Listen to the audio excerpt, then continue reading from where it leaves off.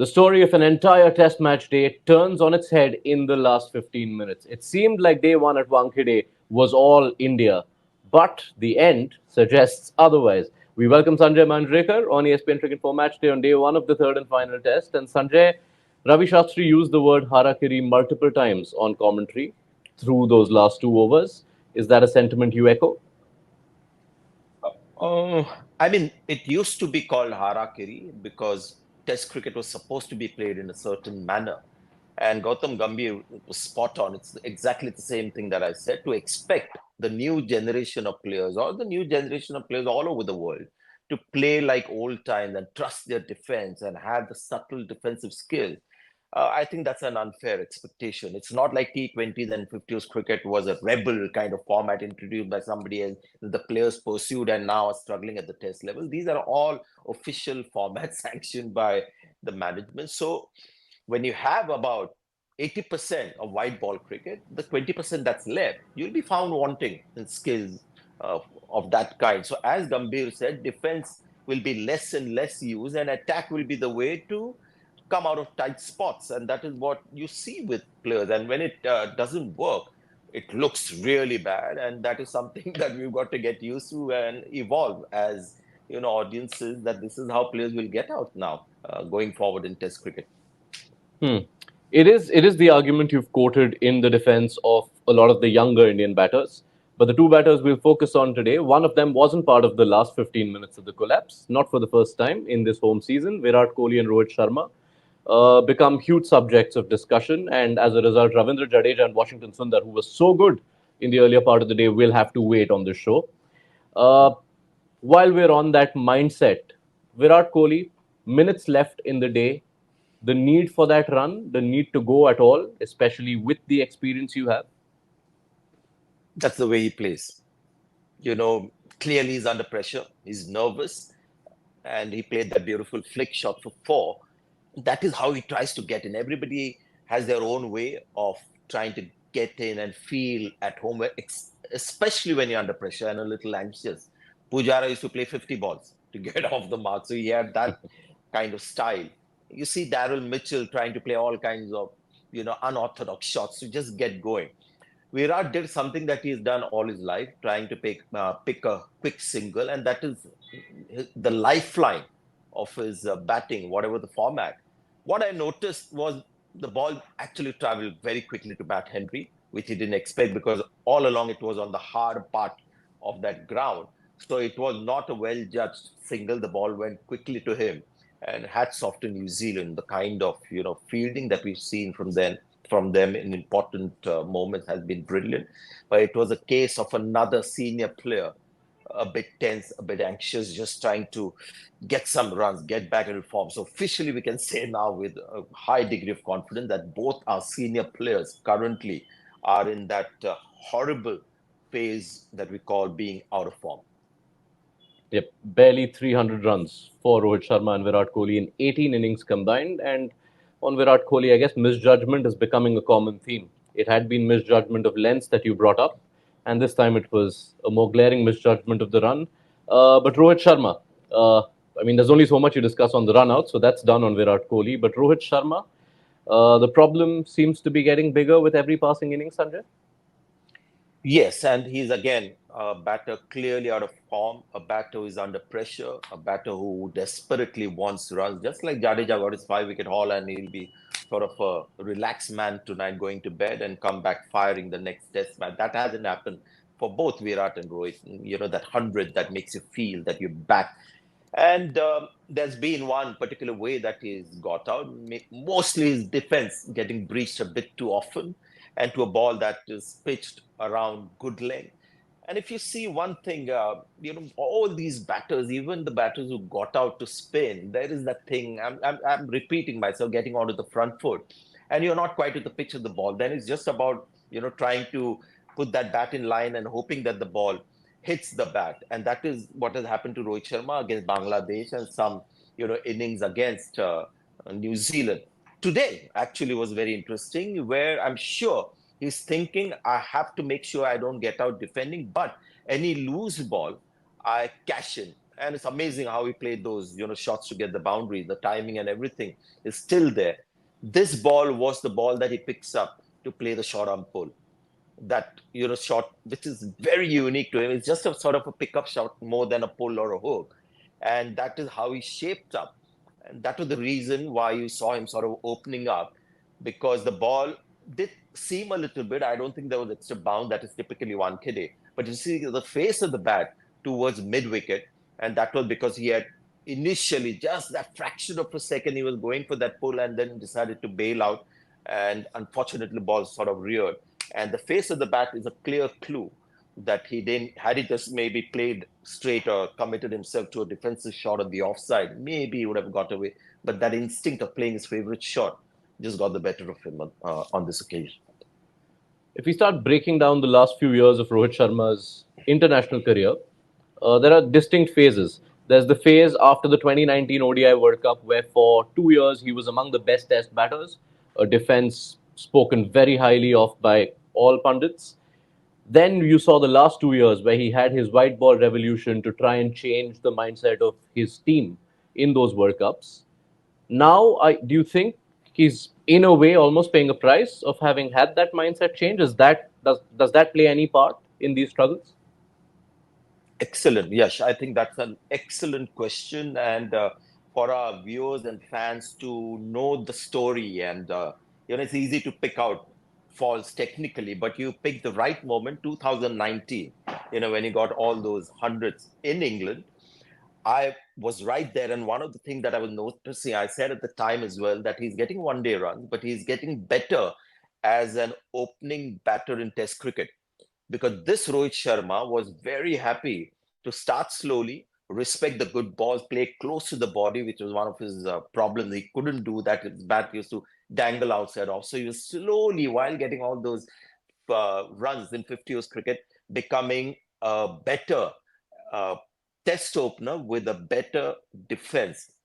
And that sort of panned out in England because he was fantastic there. And that is why I felt after that he deserves the test captaincy, because he got the tough runs. He almost spent as much time a Pujara would spend in a series in England. So that is a side of Rohit Sharma that everyone saw. And somewhere I felt, maybe that is the true Rohit Sharma, because he got 200s on debut, two test matches, at the start of his career, 200. So he was an out and out sort of long format player. But then the good point that you raise is that he decided to play in a certain manner. And I'm sure that has some connection with what is happening now currently, to go back to that post 2019, 1 year, a couple of years of Rohit Sharma, the test batter. He's finding that difficult. So at the moment, he's caught in no man's land. And I think that is the main reason. And the other final, comment would be, it's easy for us to spot this. And is it going to be easy for him to sort of get back? Age is not on your side. That is when things get even more difficult for somebody like a Virat Kohli. This kind of a bad patch. He had one in 2013, 14, and look at how he bounced back. But as you age, it just becomes more and more difficult. Yeah, India have to hope for both those big guns to find their mojo back, because Australia won't be an easy test by the evidence of what we've seen The in only thing recent quickly I'll weeks. say, Yash, it's because it's going to be a completely different ball game in a sense. It might just free up these two guys. It happened to me. I hate to give my example, but 1992, when I went to Australia, I struggled a bit against Australia. And the moment the World Cup came along, I felt a little relieved because I was playing different oppositions. So somewhere, maybe let's hope that happens to these two. That's what most of India is hoping for by the time these two men reach Australia. Let's focus on the bowlers, because they'd done what appeared to be such a good job, keeping New Zealand down to 230, especially after they were 150 for three. We had the spin twins, Ashwin and Jadeja. We felt in the first two tests they weren't having the kind of impact we expect them to. Jadeja roaring back to life. What do you put that down to? Just that once the set batters were out, because the set batters were playing the reverse sweep, which he hates right-hand batters playing that shot against him. Ollie Pope actually put him in that misery, and he somewhere loses his control and his mojo, so to say, when a batter is willing to play that shot. And if that shot is played well, Jadeja just cannot rule, the contest. But once those batters were gone. Will Young, Tom Latham is a left-hander, but Will Young actually made his life a little difficult, and you saw him losing a bit of control. And then the latter batters who came in, they were looking to play him normally, and then Jadeja was thriving because he could then bowl that line, which is his stock line, where he gets all his wickets just outside off a ball coming back in, the other leaving the left hander. And once that reverse sweep from the right hander had stopped, he could bowl that line with confidence. And I think this pitch was tailor made for him because this is where you don't need a tall spinner to get the most out of the pitch. There is inherent bounce. All you need is speed and somebody, just bowling the flat deliveries into the pitch, just like a Monte Panesar had done a few years back, or a Graham Swan. You don't need, a high release point like you need it at Bangalore, maybe not here. Since we are on taller spinners, let's focus on Washington Sundar, whose stocks keep soaring with every innings that he bowls. Another for him. The working over of Rachin Ravindra is an interesting subplot, which, if the Indian batters were doing better, perhaps would have been a big factor in this series. Because Rachin has found it so comfortable against all of India's other spinners, but been bowled 3 out of 3 times by Washington. Yes, and somewhere, that happens when a certain bowler has your number, and, you start thinking differently, play a little more cautiously. In fact, when Rachin came and he immediately started reacting to the spin in the way that, Tom Latham just sort of put his bat there and hoping that the ball would hit the bat, and it didn't. And he got bowled. And immediately the same delivery from, I think it was Ashwin, that was in Washi, where same ball, when it turned, he just sort of moved his bat and played it down on the offside. Now, that is a skill not too many batters possess, where while watching the ball turn a little bit, they're able to react and keep that ball away from the stumps and not just put that bat dead in line of the ball, hoping that it comes and hits the bat. But that's exactly what he did to get out. So it was unfortunate. And maybe, in the second inning, he might just come out and look to counter attack. But to get Rachin, who has been one of the best players we've seen in recent times, as you said, was a tremendous effort. And that means a huge tick. At the same time, where Ashwin is not getting the boxes ticked. Yeah, how do you assess the difference in the returns then? If you look at these 3 innings, the overs bowled is almost identical for both Washington and Ashwin, but Washington has 15 wickets to Ashwin's 5. It will be unfair to find one particular fault, and maybe, a bowler who has done so well in India had one off series for us to be sure about Ashwin, whether his skills are waning and the youth of Washington Sundar is able to get more from the pitch. We'll have to wait a little more.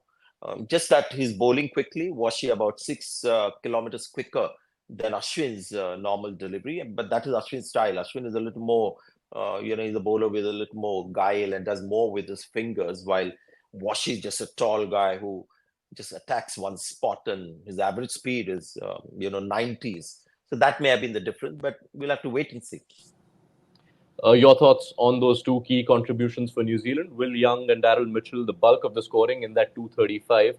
And while the rest of the innings collapsed, while they were out there, it seemed quite comfortable.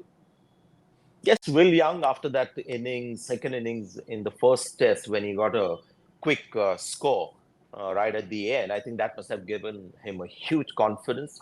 And also the fact that he looks like a very earnest player who wants to do well. He's still young in his test career. But the one thing that stands out with him is that he's happy to go on the back foot if the ball is a little short. And not too many New Zealand batters do that. Even Indian batters don't do it. And then if the spinner feels that he's played too many balls on the back foot, then they tend to toss it up a little bit closer to him. And then he has the ability to hit those sixes that we saw, one straight and one towards front of mid wicket. So brilliant, just learning on the job. And when he goes back to New Zealand, the biggest growth that New Zealand will see will be in a batter like Will Young. Daryl Mitchell has played these kinds of innings over the years for New Zealand. In Sri Lanka, that journey started of him trying to get used to the pitches and what to expect in Asian conditions.